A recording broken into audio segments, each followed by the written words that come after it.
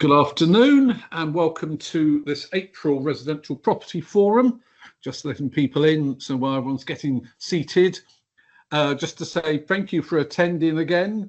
I'm sure you're all now far more relaxed than you were when we last met, and that your clients' good wishes and thanks for the hard work you did in March have now evaporated entirely, and they are being difficult as always. And to help with that, and to give you some assistance and to give you a chance to talk to other people, that's why we run these forums. And once again, very pleased to introduce Ian, who will be talking to a number of topics. Yep. Hi, Robert. Hi, everyone. Thanks for joining us today on this quite pleasant afternoon, isn't it? It's quite sunny here, so jolly good. Jolly good. So, Robert, thank you very much indeed for inviting me along. Got lots of topics, but remember, the whole idea of these forums is to talk about whatever you wish to talk about. So we open up the chat facility. We can also ensure that your microphones are turned on if you have anything that you'd like to discuss. It's lovely to see some names that sort of encounter the forums on a sort of regular basis, so thank you for coming along. Massive thank you to Stewart Title for organising these events and for sponsoring conferences, etc.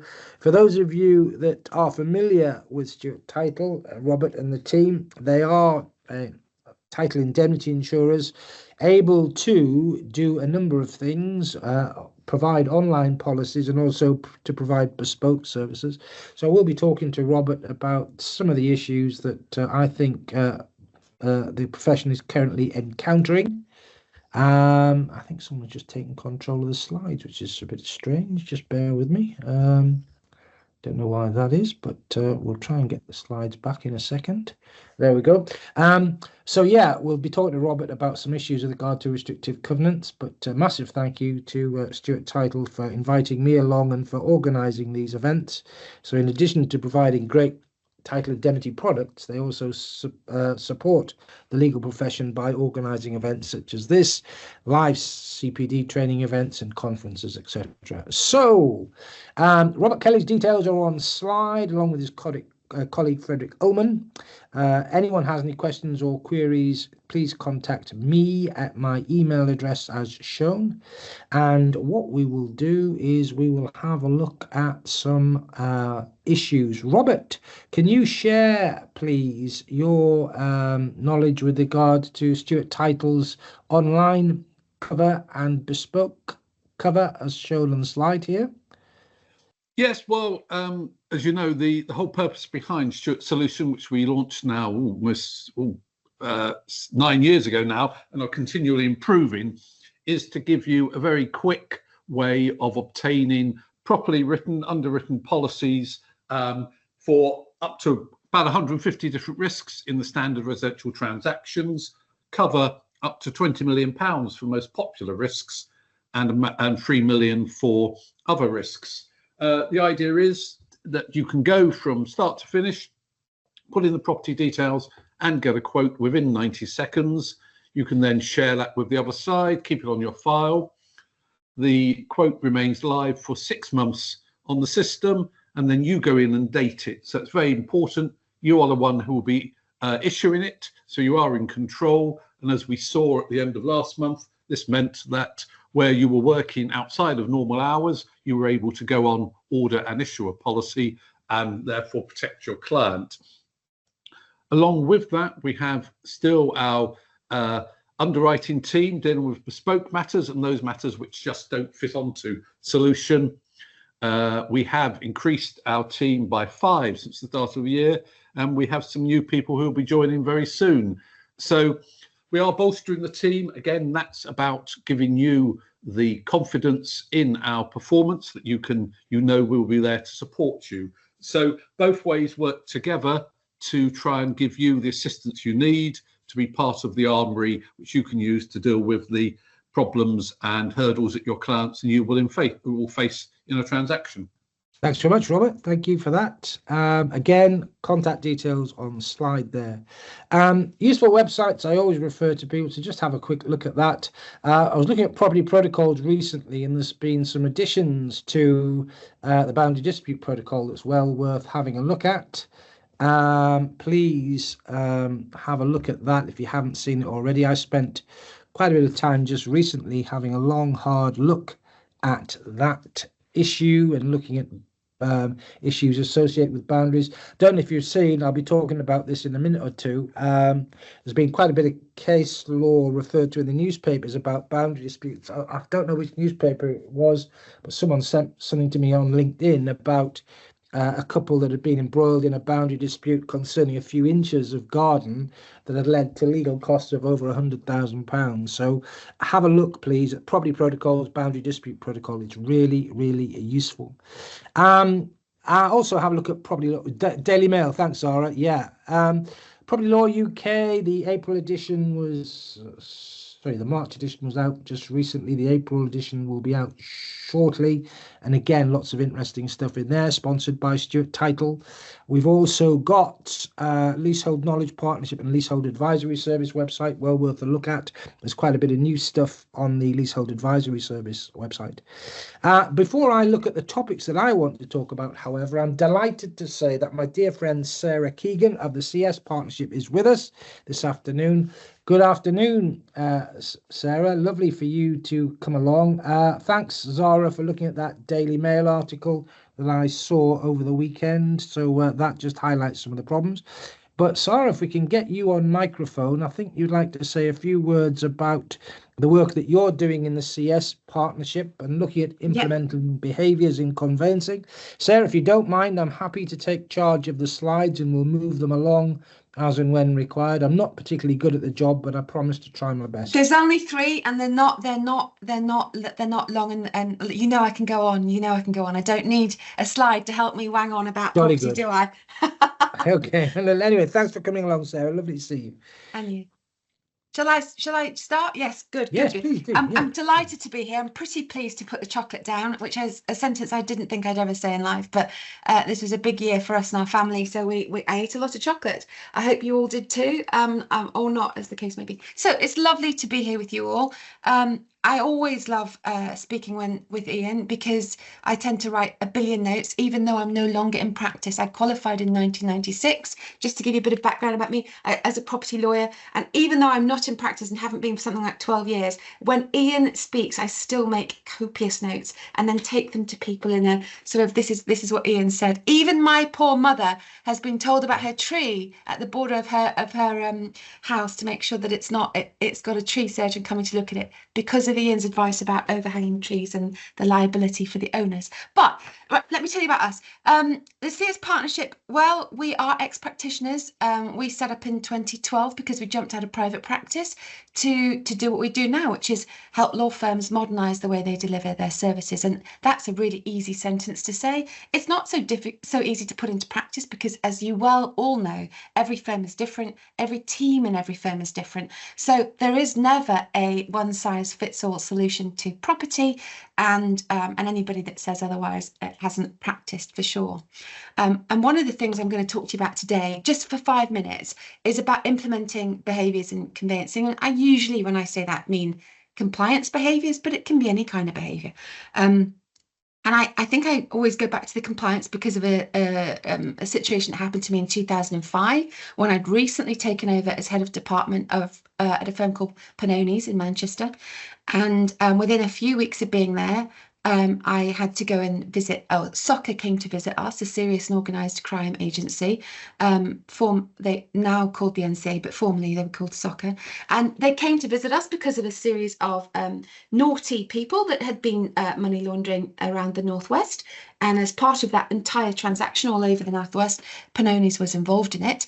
And I've told Ian this story before, but the crooks were signing mortgage deeds, pretty innocent back compared to what crooks do nowadays, but they were signing mortgage deeds en masse. And I honestly went down into that meeting thinking, I wonder if it was Mickey or Minnie, because I was such a good, honest, honourable solicitor. I didn't think there was any problem. I was just going to go and answer some questions. And truthfully, what happened to me within about the first 30 seconds of being two gentlemen on the other side with very serious faces who didn't take any of my charm to heart whatsoever, I remember thinking to myself, good Lord, I've been here for 5 minutes and they're going to send me to prison. And from that moment onwards, because I was suddenly in charge of enormous teams, I became obsessed about being able to see every file as much as possible. We didn't have good systems, but as much as possible, and to driving the right behaviours through every file. So Ian, if we could go on to the next slide. My wonderful assistant in this case. And the reason for that, of course, I'm not going to go on about this for very long because I'd rather you all listen to Ian. But you know there's a hardening attitude towards non-compliance from the Solicitors Disciplinary Tribunal, from all of the regulators, no matter who you're regulated by. And there's 2 cases that I've written down here for fear of forgetting their names while we were talking. One is, of course, the March reported case of Simpson, Thatcher and Bartlett of £300,000, and one is Clyde & Co for £500,000 last year in January. And of course I've picked the massive ones, of course I have, because they're just huge alarm bells. But the thing about them that's not really the size of the fine, it is the size of the fine, but not really that, in as much as the real thing that this SRA and the SDT and any other regulator is now looking at is not whether money laundering happened, but whether the firm could have stopped it, and actually whether they're being compliant. So it's nothing to do. Neither firm had bad things happen to them. They just weren't compliant with the regulations, CQS, if you're CQS regulated, the anti-money laundering regulations, of course. And when you look at all of that, and particularly today about that, if it isn't written down, it didn't happen, because we all do it. You're a conveyancer. I know exactly what you're like and how you, and not what you're personally like, but what your job is like and how busy it is. But even I, am 12 years non-practicing, don't really understand what it's like with so many pieces of information coming at you all the time, with clients being able to WhatsApp you, then email you, then phone you, then do whatever. It's a lot. And to do that, you need to change your behaviours, of course, across your teams, and to make sure that they're writing down not only what they want you to see, but how they got to the decision that they want to see. And when we look at that as the CS partnership, what we do is reverse engineer all of the regulations into what we call matter-based checklists. Now, you will have checklists on your files.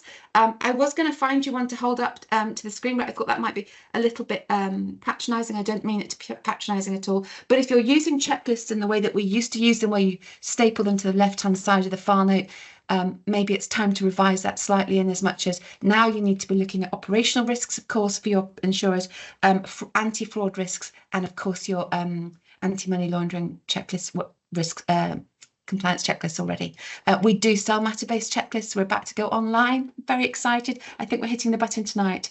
If you're interested in ours, do come and talk to me about it this week, and we'll give you 10% off just for being on this webinar with us. So I'm going to pass over. Ian, I think on the next slide is our contact details. If you don't want to buy from us, please don't think you've got to come and talk to me just to buy. Come and talk to me and ask me what kind of things we put in, what kind of. I'm always happy to have a chat with everybody at any time. So come and they're my contact details. And in the meantime, what I really want to drive through is it's really hard for you to be at the coalface and to also think about what you do take out and put into every file every time. But if you can pause and make that a real habit that you're going to embrace, or are already embracing, and constantly will have to embrace, please try and drive that through your case management systems and your software, so that you get to present on them and report on them. And when you do get visited, when you are visited by the regulators, because everybody will be at some point, I'm sure, then you'll be able to provide them with the right information. Over to you, Ian. Thanks, Sarah. Thank you. It's really kind of you to come along. Yes, Sarah and the CS partnership, her colleague Claire, lovely people to deal with, lovely people to talk to. And as Sarah was mentioning, and one of the first topics that I want to talk about today, AML is a massive issue, and something that firms are asking me about all the time. And again, just this morning, talking to some firms about AML. And the important thing is, like Luke was saying, we've got so many checklists, etc. We've got so many aids to assist us with regard to compliance. But as Sarah alluded to, I think one of the biggest things is that, you know, these tools are there to be used and there to assist us with regard to assessing risk. And therefore, it's not just a question of having policies, procedures, checklists, etc. It's using them and then using them for decision making. And again, looking at what the SRA do and look at what other professional bodies do. These days, it's not just a question of let's have a look at your manual, let's have a look at your checklists, etc., and let's sit down with the head of department and just go through and make sure everything is in order. Although, Sarah, I'm sure you'll agree that's something that they will do. But these days, it also seems to me that they may well talk to a FINA and say, well, all right, show me on that case management system, show me on that file how you use that policy or procedure to assess the risk with regard to client or transaction or third party that's involved. So, Sarah, I think your microphone's off, but if you put it on, would you agree with that? I think it's application and use of systems and processes as well as systems and processes that's so important. It's as we look at AI, just say, I mean, we're not here to talk about that, but imagine all of this ability that we've got, and we'll have even more and more coming. My vision of where we go, as you say already, is that you pull everything together, and as a practicing conveyancer, you then get to decide. You are the risk analysis person.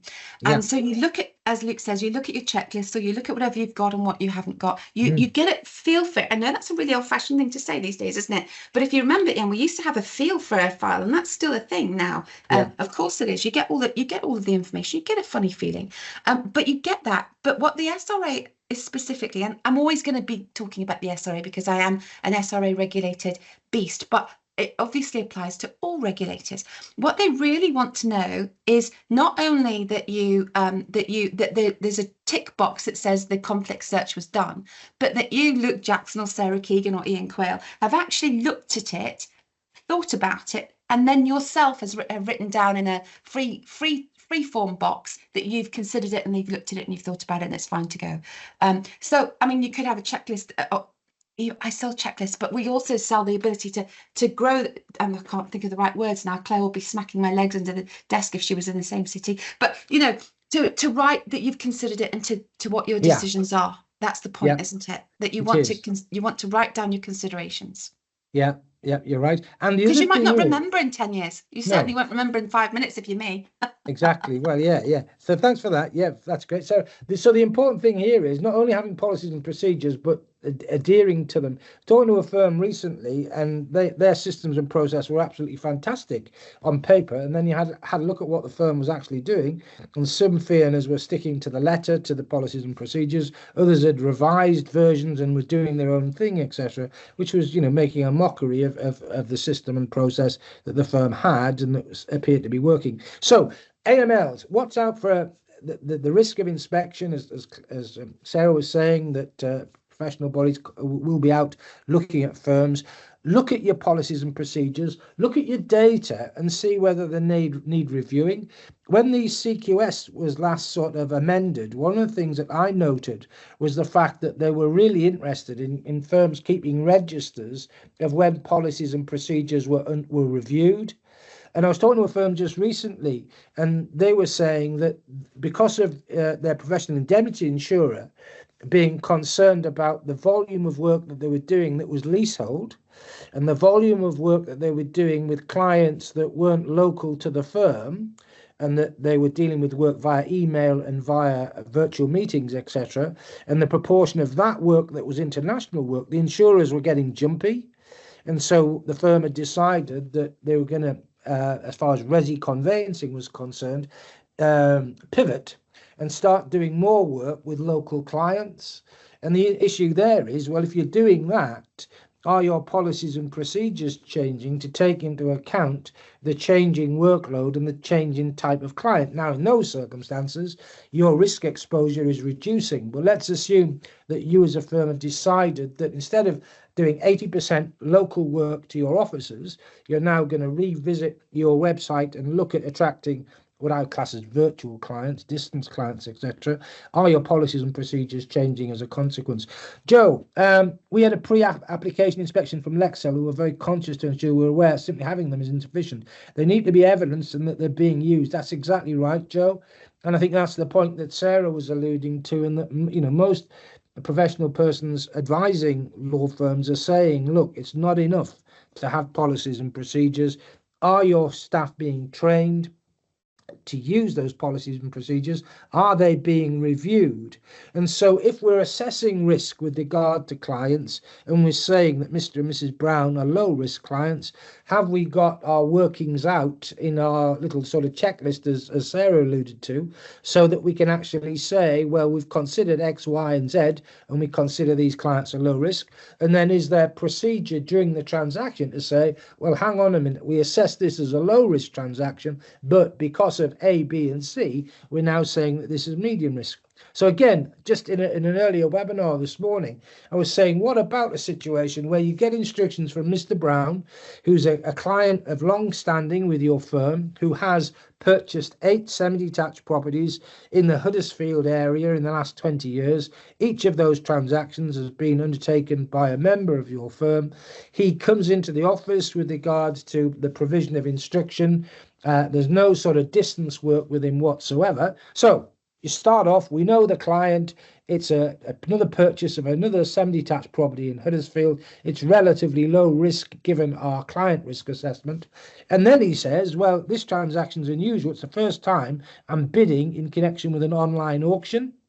Well, again, from a transaction perspective, there's probably greater risk with regard to that transaction than the traditional purchase by way of private treaty. And then he really throws a curveball to say, oh, and by the way, I'm not funding this with a traditional mortgage, but what I've got is some crowdfunding. I've got 3 potential investors who are going to acquire beneficial interest in the property, one of whom is making their money from eBay sales. Another one is a sort of social influencer, and another one is someone that's related to a politically exposed person. Well, in those circumstances, you've got a situation that started off low risk, is now potentially medium risk, and subject to what those beneficial owners are all about, potentially high risk. So again, it is a question of utilizing information at the start of the transaction, being aware of risk assessments and reviewing risk assessment as the transaction progresses.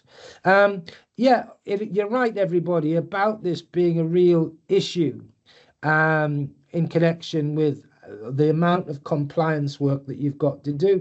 But unfortunately, I don't think anyone's going to come along in the near future to say, hey, don't worry about it.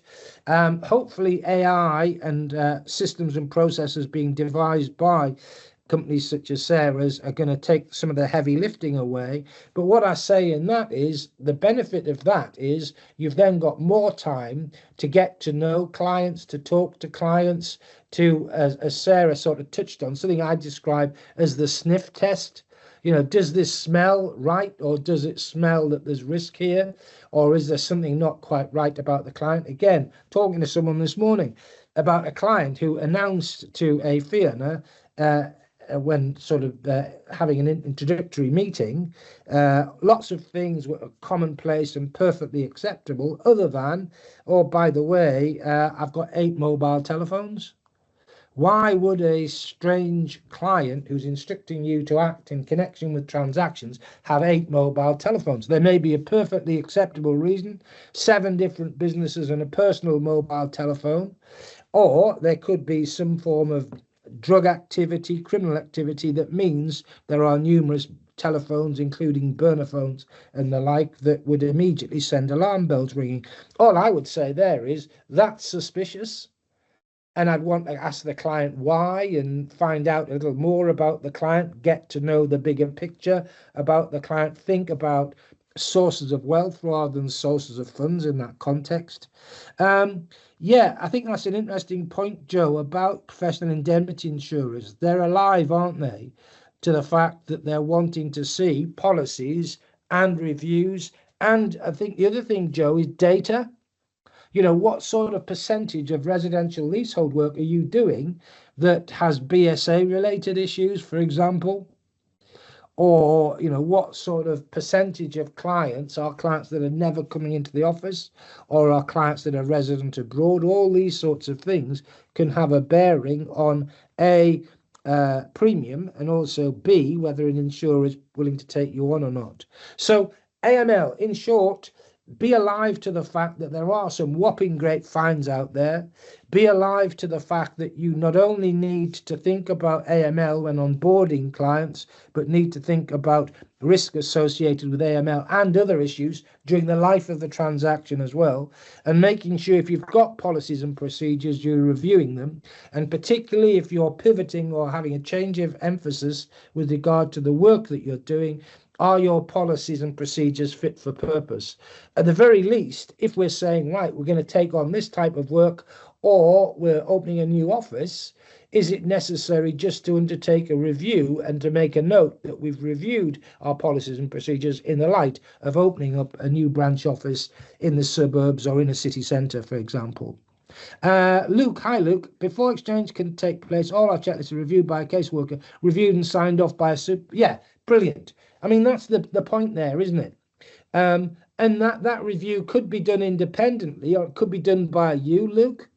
You know, say you're a sole practitioner, why can't you undertake a review and make a note that the review's been the review's taking place? Joe and data, yeah, okay, all of that. They're getting more and more sophisticated at looking at the type of transactional work that you're doing, looking at risk assessing that work, looking at who's doing the work, Joe. So I think it's Howden Insurance Brokers that produce a sort of really useful sort of quarterly newsletter. Have you all seen that? That looks at what's causing claims. I always look at it, and I'm always staggered by, you know, the top 10 types of claim. Invariably, the top 10, 8 of which are the same types of claim that were made 10 years ago. It sometimes seems that people just don't learn. But yeah, having data and making sure that you're utilizing data for risk assessment and compliance purposes is useful. And yeah, it's another headache, isn't it? But nonetheless, it's something that we need to look at. The next thing I want to talk about, and remember, it's not what I want to talk, it's what you want to talk about. So put in the chat, file in there anything that you want to talk about today. We've got another half an hour before we finish, and we've always got other forums that arise sort of later in the month. Every month we do this sort of thing. So if there's topics you want to talk about today, fine, or topics you want to talk about in the future, absolutely fine as well. But I want to talk about trees and property ownership. Why?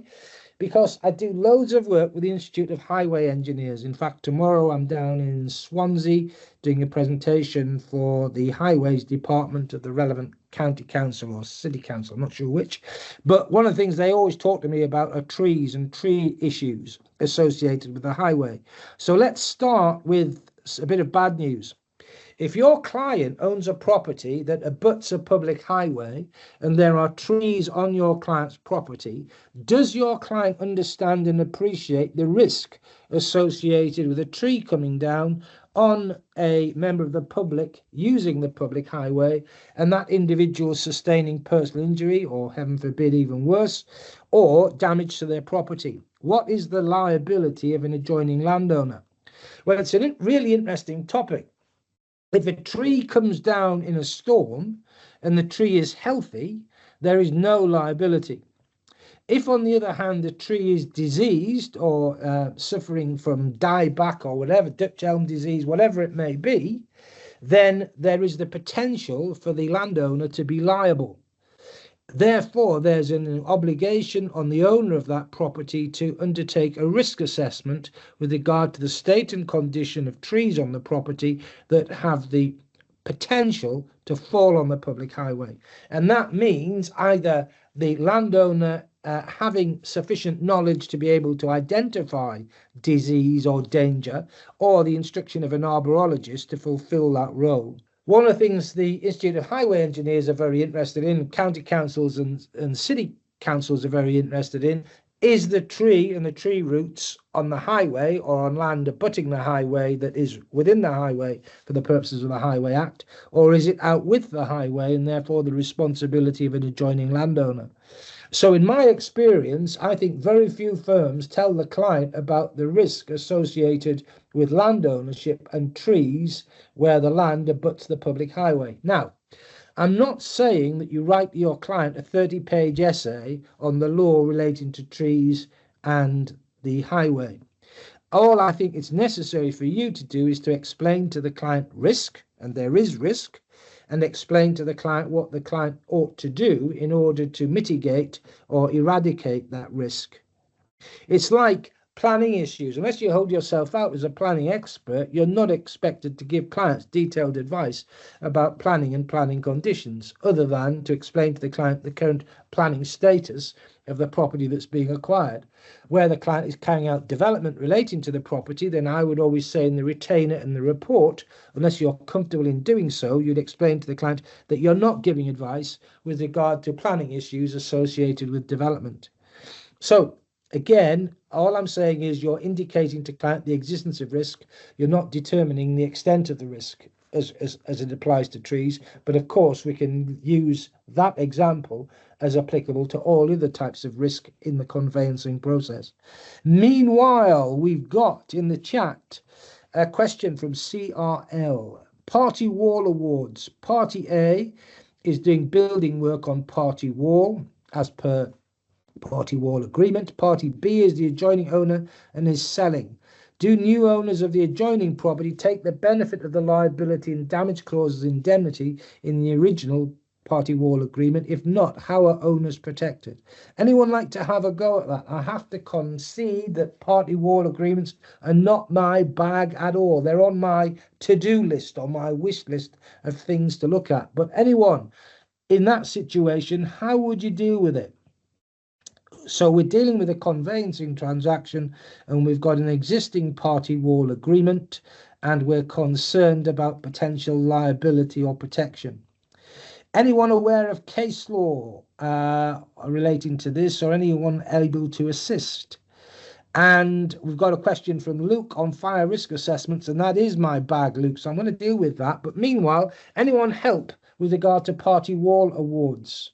Do new owners of the adjoining property take the benefit of the liability and damage clause indemnities in the original party wall agreement? Well, my immediate reaction to that is it depends on what the agreement says. But can anyone help? If not, that's on my to-do list for next month. So I'm going to take a photograph of it and say, right, I'm going to study that and see if I can provide an answer for our next occasion. But meantime, I'm sure there'll be someone here that's encountered this as a problem and can perhaps assist.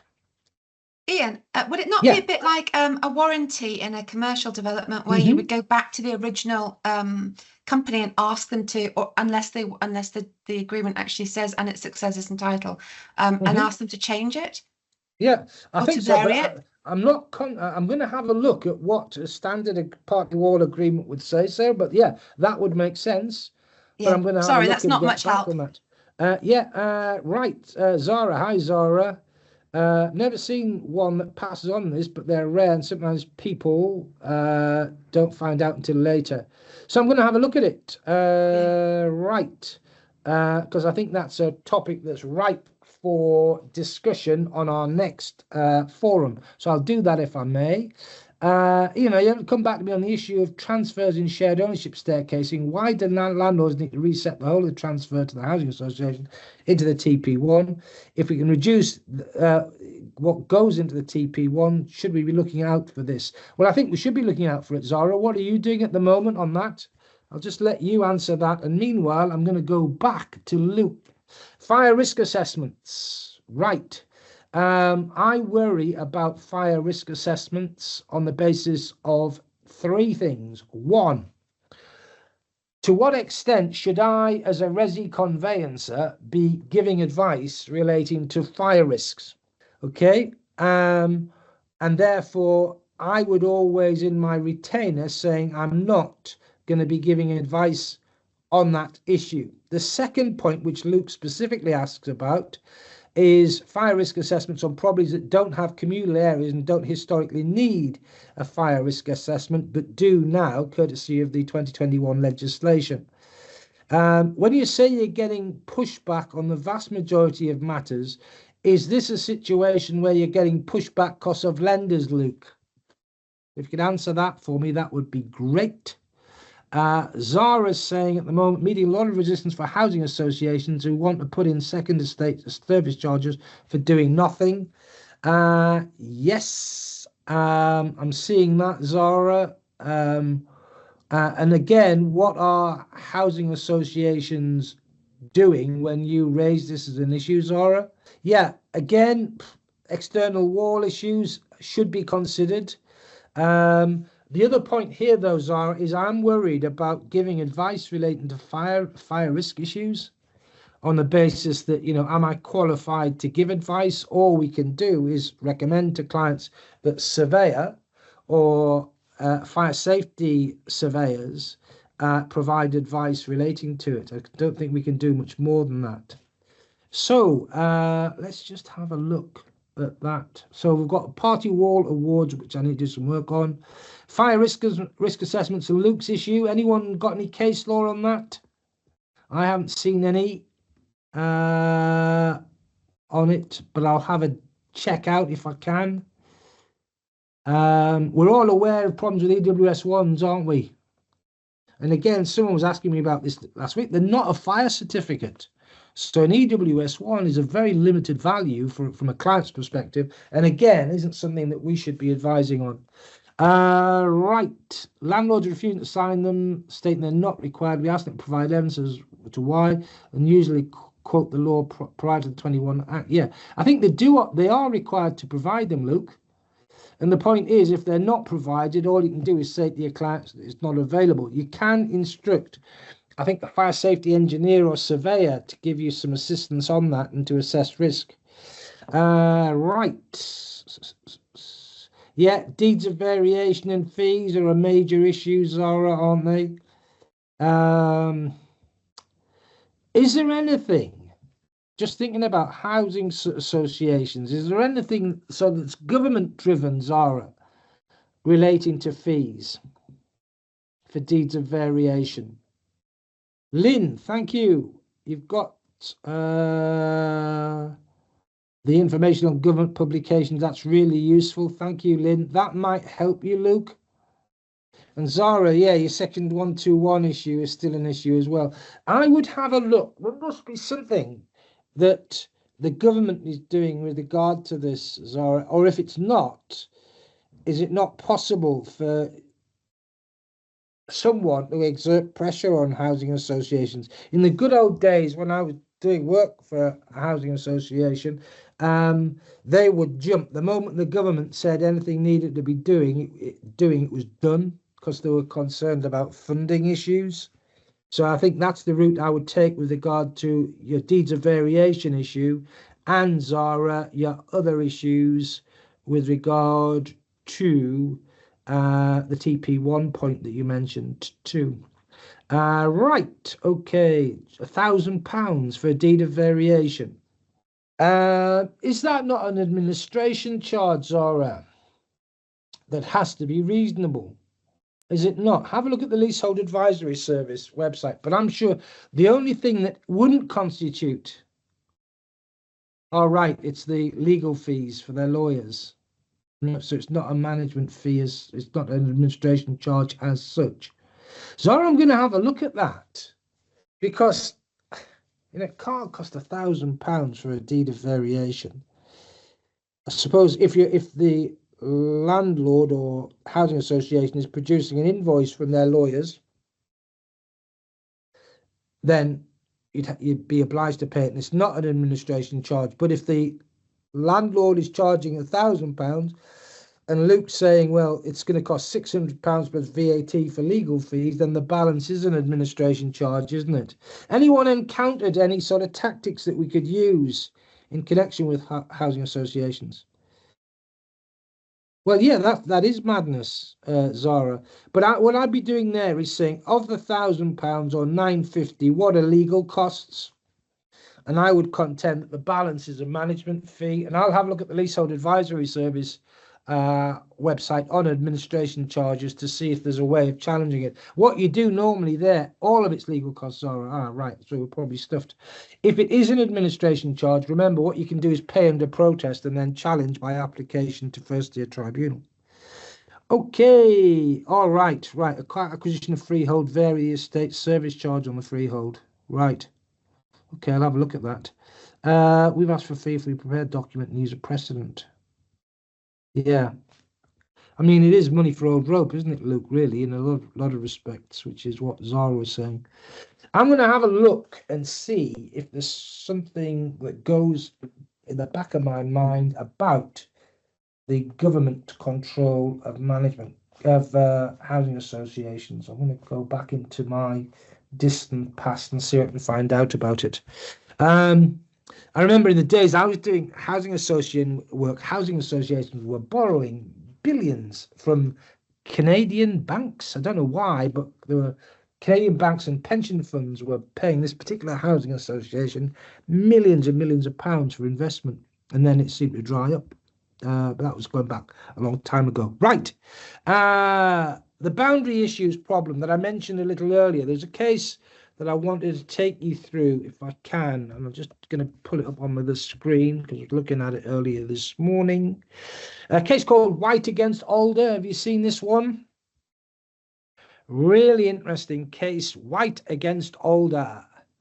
2025 decision, April 2025 decision, so it's hot off the press. And this was a case involving in essence, an agreement, a demarcation agreement between landowners. And the point here was that demarcation agreement legally binding? So I'm just going to talk you through it if I can. If I can pull it up on my screen, which I had and which I've lost now, which isn't good, but never mind, bear with me for a second. Yeah, Court of Appeal decision, 7th of April 2025. What we had was a boundary agreement between parties who owned adjoining properties. The boundary was defined by predecessors, and the issue was what was the validity of the existence of the boundary agreement? Did it bind successors in title? Now, there was a case a few years ago where the High Court said a boundary agreement didn't bind subsequent landowners. And then there were two lines of conflicting authority that meant that the position was unclear. What you have here is a Court of Appeal decision where, in essence, the Court of Appeal was saying two types of boundary agreement. First, an agreement for the purpose of which was to move a boundary, to transfer land from one party to another. And the second was an agreement, the purpose of which was to define a previously unclear or uncertain boundary. And that second type of agreement, which the Court of Appeal said was a boundary demarcation agreement, bound the parties to it. But then the question was, did that then subsequently bind future owners? And the Court of Appeal seemed to be saying it does. So where you have an independent demarcation agreement that appears to be binding on subsequent owners, but where you have an agreement that is of the first type, in other words, a transfer of the land from one party to another to clarify the position, would not be binding. So Court of Appeal says, by the very nature of a boundary demarcation agreement, a successor in title was bound by it. Really interesting case. Have you seen it? So the next thing that I want to talk about is variation of restrictive covenants. But before I do that, there's a case called Clarion Housing Association in Chitty, which is a 2024 decision I've just been looking at over the weekend. But before I do that, Robert, you're with us, aren't you? And Robert, can you tell me about how Stewart Title can assist with regard to some of the issues associated with buying a property that's burdened by a restrictive covenant? Yes, I can. Oh, thanks, Robert. I can, Ian. So I'm getting terrible feedback. I hope no one else is getting it. No, we hear you loud and clear, Robert. Okay, that's great. Good. I can hear myself twice, which is twice the pleasure. Restricted covenants are an interesting area when it comes to title insurance, because you really get to that point where you need to make the option which road you go down. Are you going to approach the neighbours to see if you can get a variation, or are you going to take the comfort of title insurance? And really, I suppose the same considerations are in play, it's just with different result. Do you know who the beneficiaries are? Do you have an idea of how they might react to things? And how quickly do you want to get us a solution? Title insurance can deal with that much more quickly, but ideally, to get rid of the covenant, you need to negotiate with the other side. But by taking title insurance, you've then got a weapon should the situation be reversed, and it's the actual beneficiary who comes to enforce the covenant in the future. Got that, Rob. See, one of the things I say to people, Robert, is with regard to restrictive covenants, look, if you're rather than investigate enforceability, if you're not sure, just take out a policy. Do you think that's good advice? I think that's right. And also it is belt and braces where your investigation leads you to believe there is no one who can enforce the benefit of the covenant.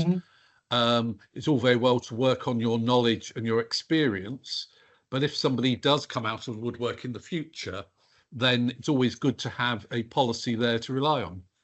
Yeah, I agree with that. And the other thing I think of a more fundamental nature to tell people about is if you are advising me in a report on title when I'm buying a property and there are restrictive covenants referred to in the charges register or referred to in a conveyance that's referred to in the charges register, I see some reports on title that say you're buying a property that's burdened by restrictive covenants and here's a list.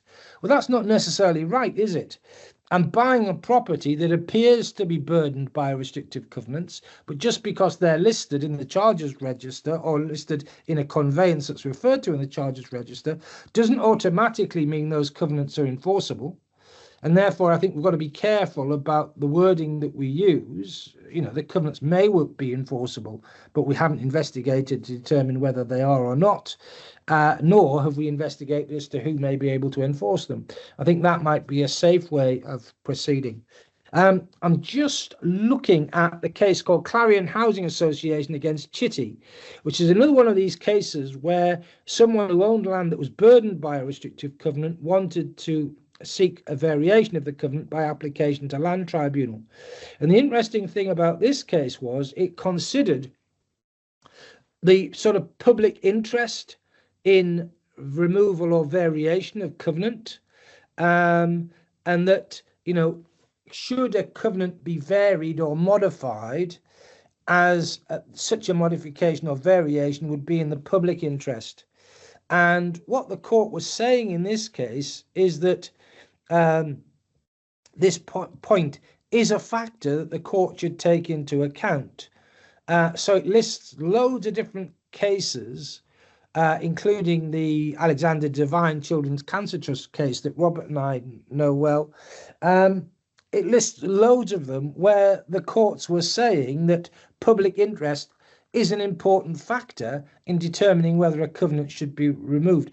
Again, if anyone's really interested in that, let me know, because I'll be doing a case report on it, probably for the May edition of Property Law UK. I just want to have a look at a question from Michelle about trees. Can I chop down my side of trees that overhang my boundary without the consent of the owner of the tree? The answer to that is a resounding yes, Michelle. Also important to note that where hedgerow or vegetation,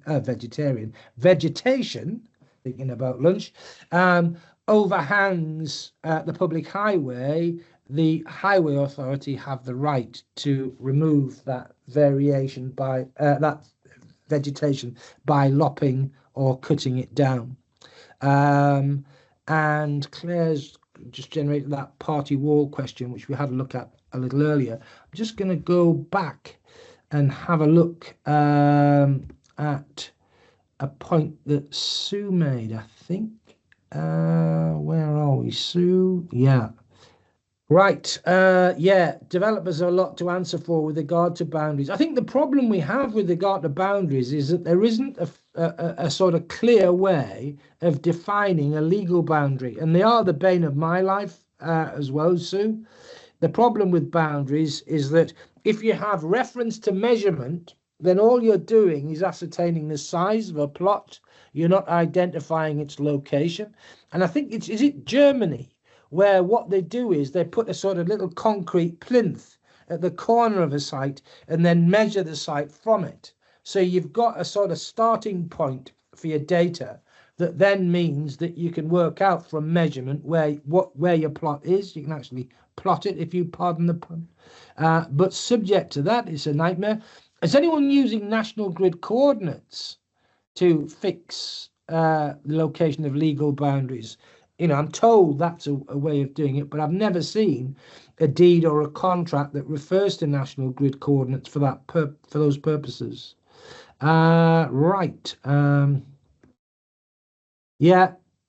Again, the point, Sue, for boundary identification issues, have a look at the Property Protocols website and the Boundary Dispute Protocol. It's free, and it tells you exactly what to do with regard to identification of legal boundary and what to do with regard to boundary disputes. It's a sort of go-to resource that sort of gives you all the answers. Determined boundary applications, of course, are the other way of fixing legal boundaries. Right, Zara, dealing with developers. Yeah, some form of protocol. Agreed. But whether that's going to get off the ground or not, Zara, I don't know, to be honest with you. Those of you that are doing development work, just to really upset you, common hold is very much on the agenda as far as this government is concerned. My view is that common hold does not alleviate any of the problems we've mentioned thus far, or the issue that we haven't mentioned so far, which is refreshing, the dreaded Building Safety Act.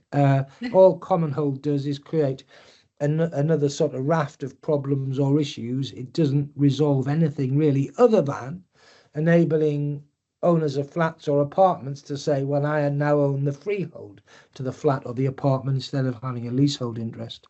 But Ian, again, on the common hold point, do you have any intel about that, when that might be coming in, or what's going on? Yes, I do. I've got quite a lot of inside track on this. Are you allowed to tell us? One, I think we're going to see draft legislation Q3 of this year. I think then it'll go out for consultation, and I am thinking that if we see legislation, it will be introduced on a piecemeal basis. Probably new builds as of a particular date will have to be common hold. I can't see the government saying we're going to convert existing leaseholds into common hold. What I do see is government saying, if we're bailing you out for BSA related remediation work and you can't afford it, we'll bail you out as long as you convert that building into a common hold. I can see that. Yeah. I can also see, instead of encouraging leaseholders to collectively enfranchise, I can see government saying, we're not going to allow you to collectively enfranchise unless common hold, you become a common hold scheme. So I see a sort of a retreat from collective enfranchisement and common hold as an option. And the problem with common hold, to be honest with you, is unless developers see that they'll get a premium because they're selling a freehold flat or apartment instead of a leasehold flat, I think developers are going to say, we're not interested. That's why I think the smart money is on the government saying, sorry about that, let's get rid of that, 2 seconds, is I see the government saying, what we'll do is if we're funding remediation work, Mr. Landlord, you've got to convert. If not, I don't see how landlords will convert. Yeah. Why would you? Yeah.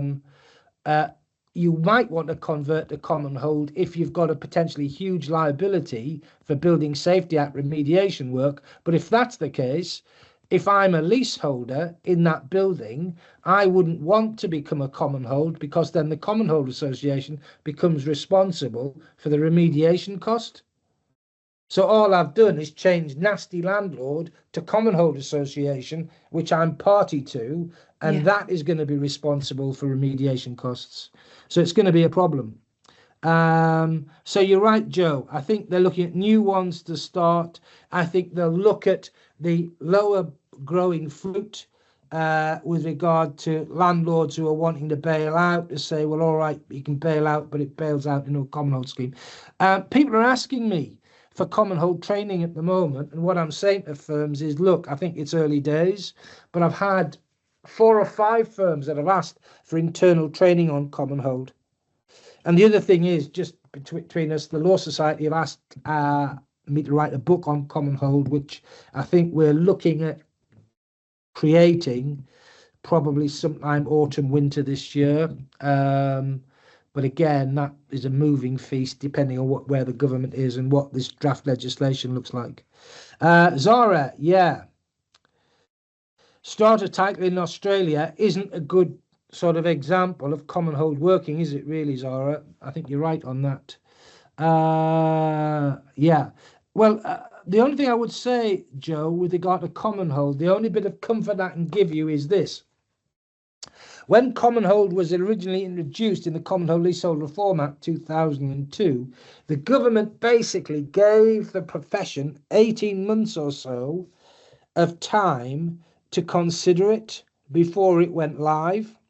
So I spent nearly 2 years of my life looking at it, working with, I can't remember the solicitors that were advising the government on it, but I did a lot of work with them, and then spent a year going up and down the countryside, boring people to death talking about common hold, and it just died a death, didn't it? I forget how many schemes are active, but I think it's about 18 or 19 small schemes that are still active. Even at its height, I think it was 20 or 30 schemes. And the reason was developers originally thought, fantastic, we're going to get a lot of demand, we're going to differentiate our schemes from other people's schemes because we're selling freehold flats. And the moment they realised that if I'm a prospective buyer, I'm not going to have the nous to appreciate the significance of freehold ownership over leasehold ownership. Therefore, it makes no difference to me other than the name. It's freehold, and I'm not prepared to pay a premium for that. I was in practice at that time, and the lenders wouldn't lend. Yeah, they wouldn't. Yeah, they wouldn't lend. They just wouldn't do it. Well, very few of them would do it. Yeah, the doomsday scenario, Zara, with common hold was, if you had a common hold association that asked a contractor to do work and the contractor did the work and didn't get paid, if the contractor then wanted to enforce the debt, they could potentially liquidate the common hold. And if they liquidated the common hold title disappeared. Yeah. So you were left with freeholders of common hold units without a common hold supporting it. So it just all deflated. It meant lenders had no security. So you're right. That was another reason why it died a death. And to be honest, the potential doomsday scenario with regard to common hold failure wasn't addressed when the Law Commission looked at it, and I don't think has been properly addressed as yet. I'm hopeful that the government will do something that means a common hold association can't just disappear.